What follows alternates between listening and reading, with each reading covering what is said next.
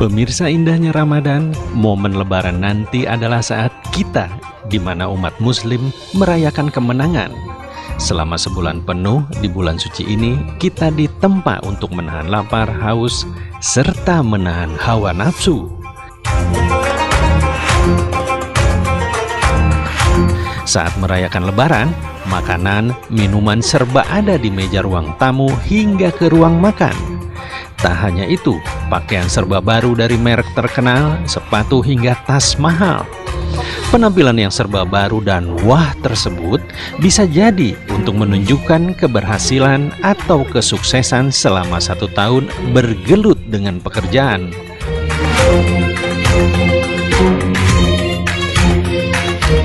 Kesuksesan itu juga bagian dari kebanggaan yang ingin ditunjukkan saat kita pulang ke kampung halaman. Namun, apakah memang penampilan seperti itu yang diajarkan oleh Islam? Jika bukan menunjukkan atau memperbaiki penampilan saat Lebaran, lantas apakah yang harus diperbaiki? Pemirsa, indahnya Ramadan kali ini akan membahas tema jelang Lebaran, perbaiki iman atau penampilan bersama para narasumber yang telah hadir di studio. Selamat mengikuti. Masih bersama guru-guru kita dan saya Hilbram Dunar di Indahnya Ramadan. Kalau tadi kita lihat tayangan, banyak orang sudah mulai berbelanja, ditambah lagi sekarang sangat mudah sekali untuk berbelanja. Tidak harus pergi kemana-mana, bahkan melalui gadget kita pun juga bisa berbelanja. Banyak lagi ya. Tapi ketika kita bicara soal berbelanja ini, yang harus kita pikirkan menjelang Lebaran. Maka mana yang harus kita utamakan? Kita perbaiki pakaian kita dengan belanja pakaian-pakaian baru, atau kita perbaiki iman kita dengan meneruskan apa yang sudah kita lakukan selama bulan Ramadan? Saya mulai dari Kiai terlebih dahulu. Bagaimana Kiai? Ramadan ini adalah justru kita untuk membaharui iman kita, merefresh iman kita kembali. Dengan berbagai macam ritual ibadah yang kita lakukan agar kita begitu keluar Ramadan segar menghadapi situasi dan cuaca yang baru. Itu Ramadan. Nah ini kembali sekarang orang terbalik. Malah justru yang diperbarui adalah pakaiannya. Membeli pakaian asalkan niatnya adalah menutup aurat adalah kewajiban. Sebab menutup aurat hukumnya wajib. Tapi kalau sekarang kan kalau menutup aurat, bukan lagi tutupan aurat, malah dibeli baju, beli pakaian yang bisa kelihatan aurat. Nah, bingung kan? Saya melihatnya gitu, maju kena mundur mentok. Cukup Kiai, cukup. Jadi iman dulu kita perbaiki. Iman dulu kita perbaiki. Bagaimana caranya? Faksiru min dzikri la ilaha illallah. Banyak zikir, nyebut nama Allah. Itu yang paling penting. Tapi di sisi lain Gus, ketika kita tampil baik, tampil rapih, tampil bagus, itu juga bagian dari iman. Memperbaiki pakaian kita yang sesuai meningkatkan rasa percaya diri karena kita berbelanja, memutar roda perekonomian karena kita mengeluarkan uang, itu juga bagian dari tindakan baik. Bagaimana Gus? Nabi Muhammad itu orangnya stylish, orangnya pribadi yang kira-kira fashionable dan bisa menyesuaikan keadaan. Fashionable itu tidak salah. Dan justru kalau misalnya kita niatkan dalam rangka respect kepada orang yang kita hadapi, itu justru malah ibadah. Ketika kita sholat pun diutamakan menggunakan baju yang terbaik, ya kan? Ketika kita berhadapan dengan orang yang lain pun, kalau misalnya kita menggunakan baju yang compang-comping, kan terkesan kita merendahkan mereka. Maka ketika kita niat beli baju dalam rangka untuk membuat respect kepada yang lain, itu bisa menjadi sebuah ibadah. Problemnya adalah ketika kita tidak bisa menyesuaikan antara income dan outputnya, pengeluaran dan pemasukannya. Nah, ketika tidak bisa membaca struk dengan baik, akhirnya malah jadi stroke nanti ini. Karena tidak baca struk, jadi stroke. Begitu. Jadi kalau misalnya saja THR-nya 10 juta, kan harus dialokasikan dulu mana untuk stylish, mana untuk kepentingan keluarga, mana untuk apa. Kalau itu kita maksimalkan, tapi dengan standar yang ada, tidak ada masalah. Baju misalnya, harga 100.000 udah bagus. Tapi kalau misalnya dia pemasukannya sebulan misalnya 100 juta, apa salahnya dia beli baju yang sekitar 1,5 juta atau 2,5 juta? Iya betul. Yang penting ada alokasi sedekahnya ada alokasi untuk istri-istrinya ada alokasi untuk kewajiban-kewajiban yang lain juga ada. Nah ini karena ada loh orang itu males nggak pernah beli baju tapi dia beli tanah. Oh iya betul. Banyak. Ada yang nggak suka dengan rumah yang baik tapi mobilnya mewah-mewah. Iya, Karena iya. passionnya orang lain-lain. Iya betul. Nah, passionnya orang lain-lain. Mungkin orang yang suka menjadi potensi untuk flexing itu adalah biasanya baju, mobil, aksesoris gadget, dan juga rumah. Iya. Nah, Sama jalan-jalan sekarang. sama-sama Traveling. jalan-jalan, sama jalan-jalan. Iya. Sekaligus media untuk pencucian uang. Nah, kayak Iya. gitu. Iya. Nah, hal-hal seperti ini yang harus kita pahamkan kepada publik semuanya bahwa apapun yang kita keluarkan asal kita bertanggung jawab dan bisa menggunakan 3 aspek tadi yang saya katakan, aspek syariat, aspek prioritas, dan juga aspek sosialnya sudah terpenuhi, maka nominalnya berapapun itu sah-sah saja. Oke. Gus, berarti yang difokuskan sama Ustadz difokuskan sama Gusan adalah income sama outcome. Penerimaan kita berapa, pengeluaran kita berapa. Kalau penerimaannya besar, ya boleh mengeluarkan secara besar. Nah, ini secara Islam lihatnya bagaimana, Ustaz? Ya, saya kira nggak ada masalah, setuju ya. Memang seharusnya dan selayaknya seperti itu. Yang terjadi. Jadi kalau orang punya tas mahal, mewah, mobil banyak di garasinya, nggak apa-apa dong? nggak ada masalah. Karena pendapatannya banyak. Pendapatannya banyak. Yang penting jangan sampai kita tidak sedekah, Iya. kita tidak zakat mal. Ya.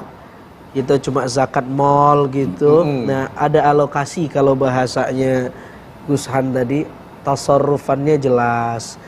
Jangan sampai kemudian cuma beli barang branded doang, tetapi ke akhiratnya tidak difikirkan. Pikirin juga, jangan cuma untuk dunianya, tapi harus punya saving spiritualnya apa nih. Harus ada yang diberi ke orang-orang miskin, yang tidak seberuntung kita, orang-orang yang tidak secukup kita ekonominya. Saya kira itu poin dari ajaran Islam tuh. Iya.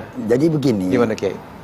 yang kita lakukan pada malam hari ini bukan menggurui kepada para pemirsa, tapi mengarahkan agar supaya pemberian THR itu bisa tepat guna dan layak guna. Yang harusnya nanti habis lebaran dengan ada THR bisa memperpanjang jalan hidupnya, habis sesaat pada waktu THR sampai gaji-gajinya ludes. Nah, hanya untuk mereka bersenang-senang. Tapi besoknya ujung-ujungnya apa? Begitu pas mau waktu kerja, dia harus utang lagi. Yang ini nggak boleh. Dan ini yang berbahaya. Tujuannya orang memberikan THR, terus terang saja. Iya. Saya juga punya karyawan. Iya. Untuk membahagiakan dia pada waktu hari raya. Iya. Dan jangan nyampe THR itu nanti bukan membahagiakan, ujungnya mempersulit dia ketika dia nggak bisa memanage. Karena dipakainya berlebihan harus berhutang. Nah, ujung-ujungannya dia punya utang gara-gara lebaran, yang disalahin lebarannya. Oh iya. Saya punya kisah nih, ya, mohon maaf. Gimana, Gus? Jadi ada seorang pengusaha manggil saya ke rumahnya, Gus, beli Ferrari dia. Beli Ferrari. Beli Ferrari.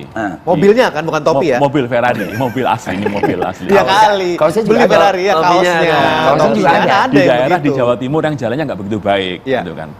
Ye, Abah, ini kenapa kok beli seperti ini? Lah, gimana lagi? Saya beramal sudah, haji sudah, sodakoh sudah, apapun sudah saya penuhi, bangun anak yatim. Ini benar, dia setiap tahun itu mengumrohkan karyawannya 25 orang. Setiap tahun dia mengasih sedekah ke anak yatim itu ribuan orang.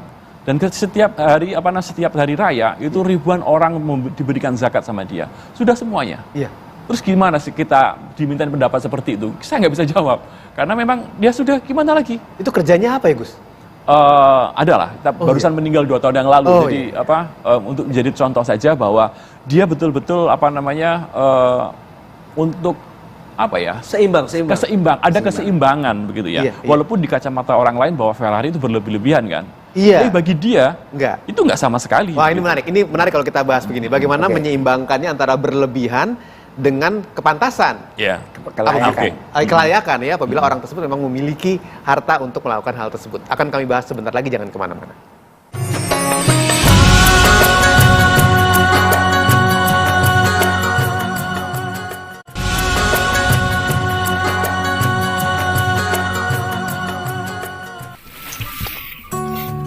Tak terasa hari Lebaran sebentar lagi tiba. Warga Bojonegoro, Jawa Timur mulai sibuk berburu baju dan kebutuhan Lebaran lainnya di pasar tradisional setempat. Pasar dipadati pengunjung mulai pagi hingga sore hari. Keramaian pengunjung mulai tampak terlihat sejak sepekan kemarin. Banyak pengunjung yang berburu baju lebaran, terutama baju wanita dan anak-anak. Diprediksi keramaian ini akan meningkat saat mendekati hari lebaran atau pada masa cuti bersama.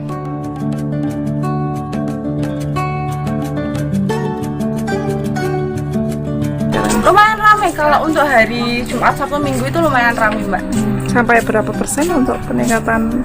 Alhamdulillah kalau untuk peningkatan bisa 10 kali lipat dari hari biasanya. Iya. Ini mau dekati lebaran tambah semakin banyak? Iya, alhamdulillah semakin banyak. Pasar tradisional menjadi tempat belanja pilihan yang dikunjungi warga karena harga barang dagangan terjangkau dan dapat ditawar. Ramainya pengunjung yang datang di pasar tradisional Kota Bojonegoro ini diprediksi masih akan terus meningkat mendekati hari Lebaran. Masih menjelang Lebaran, maka yang mana yang harus kita perbaiki dulu? Iman atau pakaian? Kan idealnya juga dua-duanya nih, saya ke Gusan kalau begitu ya. Untuk bisa mendapatkan dua-duanya ya, kita tetap memiliki iman yang baik, tapi juga bisa berbelanja dengan baik. Itu bagaimana, Gus? Ya, akan lebih baik lagi kalau misalnya baju itu bisa meningkatkan iman kita. Nah, dan iman itu juga bisa membuat kita baju apapun tampak menjadi baik. Berpenampilan baik. Berpenampilan baik. Karena ada inner beauty di dalamnya dan sebagainya kan. Baju syar'i lah. Nah, saya kira yang paling tepat adalah kita harus mengalokasikan itu secara tepat tentang THR kita dapatkan. Iya. THR ini kan bonus. Jadi kalau di PNS itu kan ada gaji 13, bulannya nggak ada tapi duitnya ada. Yeah. Nah, gaji 13. Nah, kalau THR ini kan bukan kebutuhan pokok mestinya. Tetapi kalau misalnya memang orang itu dalam kebutuhan pokoknya masih membutuhkan, maka seyogyanya utamakan dulu untuk kepentingan pokok yang belum terpenuhi. Kalau misalnya ada beban-beban hutang, mending untuk alokasikan itu juga disisihkan. Sehingga untuk kepentingan-kepentingan yang lain itu tanpa mengganggu dari hal-hal yang paling penting skala prioritas tadi itu. Nah, bagaimana dengan berbaju baik? Baju baik. Berbaju baik itu bagian dari ibadah juga dalam rangka menghormati orang lain, respek kepada yang lain. Maka apapun kalau misalnya niat kita dalam membeli baju itu dalam rangka aku beli baju ini dalam rangka menjaga diri saya dan juga menjaga orang yang saya hadapi agar merasa terhormat, maka insya Allah itu menjadi ibadah. Oke, saya ingin membahas mengenai apa yang dikatakan Gusan ke Ustadz. Tadi Gusan sempat mengatakan dapat THR, bayar dulu dong hutangnya. Nah, bayar hutang untuk orang-orang yang masih berhutang ini kan juga bagian dari menunjukkan iman yang baik ya, Ustadz ya. Tapi ada orang yang beranggapan begitu dapat THR ya udah yang penting saya belanja pakaian dulu, saya uangnya buat mudik dulu aja. Utangnya mah nanti aja dipikirin. Gimana? Utang itu sesuatu yang penting ya. Penting banget. Orang bisa nggak jadi masuk surga gara-gara utang. Berapapun hutangnya? Gara-gara utang. Berapapun hutangnya? Berapapun utangnya. Karena itu cerdaslah berhitung sebelum berhutang. Hitung-hitung dulu sebelum berhutang. Apalagi sudah berhutang, hitung tuh utang kita dan bayar utang kita. Jadi kalau mau diukur standar skala prioritasnya tentu utang dulu. Tapi ada Ustaz. Kecuali. Ah, ini dia. Dia punya utang, juga punya pemasukan dan punya kebutuhan. Ya.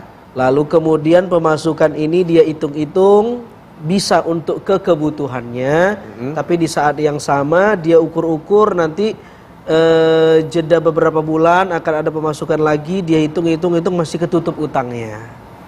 Artinya dia punya utang itu masih ada keran yang lain untuk membayar. Tapi kalau kerannya cuma dari keran THR, nggak ada keran yang lain, ya jangan coba-coba, pentingin dulu utangnya. Gitu loh bro. Iya, tapi di sisi lain kayak ke Kiai kalau begitu.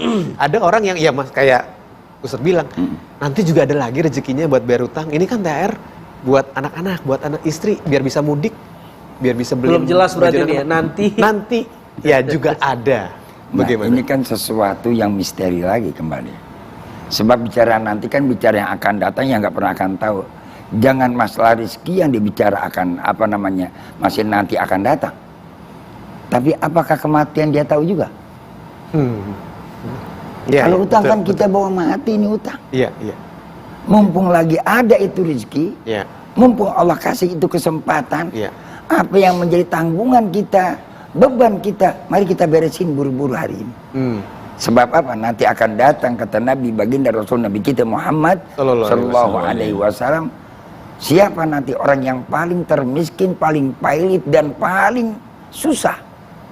Paling pailit. Sahabat bilang malah dirahmallahu ya Rasulullah. Orang yang nggak punya duit, yang nggak punya harta, orang yang nggak punya apa-apa ya Rasulullah. Kata Nabi bilanglah, man jaa yaumal qiyamati bis salati wasiyami wazakati wal hajj. Dan nanti datang pada hari kiamat dia bawa salatnya, dia bawa hajinya, dia bawa puasanya, dia bawa amal sedekahnya dan lainnya. Akan tapi dia pernah akala malahada. Pertama, makan harta orang. Termasuk utang dia makan harta orang. Karena dia kagak bayar. Lalu yang memberi utang juga wajib memperingati. Nagih hukumnya wajib. Nagih hukumnya wajib. Wajib hukumnya. Kita kasih tahu dia tagih 2-3 kali dia kagak tegur baru dia urusan dia. Jangan mentang-mentang kita punya utang kita biarin aja. Orang punya utang nih sama kita. Kita biarin aja. Tapi nggak rela. Tapi nggak rela. Nah, tetap wajib kita menegur. Wajib kita kasih tahu. Gara-gara dia makan harta orang, dia menggunjingi orang, dia mukul orang, nyakiti orang, maka seluruh kebaikan yang ia lakukan nanti akan dituntut dan diambil oleh orang yang kita pernah sakiti, yang pernah kita zalimi. Habis puasa kita, habis pahala sholat kita, habis puasa zakat kita. Inilah orang yang muflis. Apakah kita mau jadi muflis? Manfaatkan THR, selamatkan dari kita jadi pilot.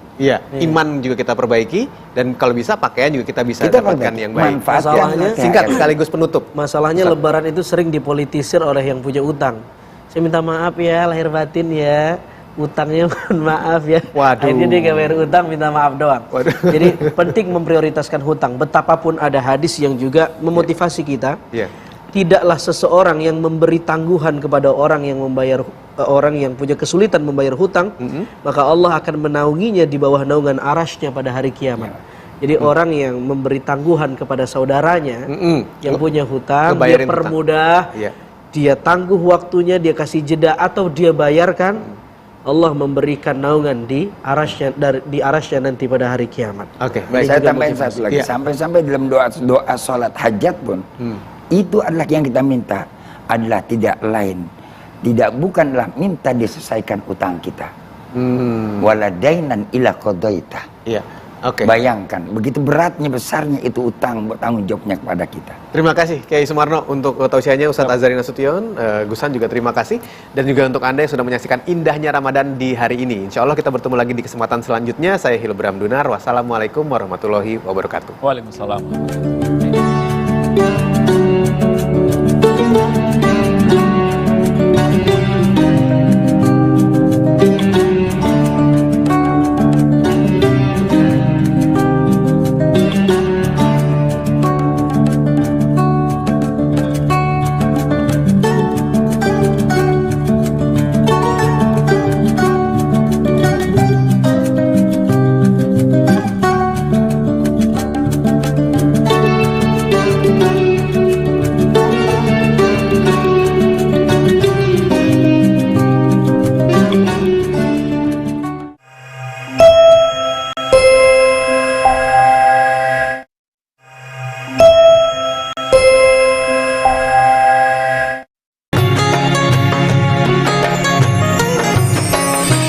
Anda baru saja menyaksikan Indahnya Ramadan yang dipersembahkan oleh